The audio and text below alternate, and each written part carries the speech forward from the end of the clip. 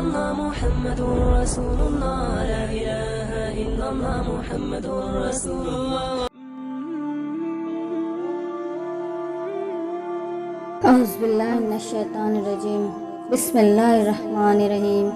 अस्सलामु अलैकुम। हज़रत अली अलैहिस्सलाम ने फरमाया, मैंने अल्लाह के रसूल से सुना, किसी इंसान पर झूठा इल्ज़ाम लगाने वाला मौत से पहले तड़प तड़प के मरता है, क्योंकि उसके जिस्म में उसकी रूह अटक जाती है।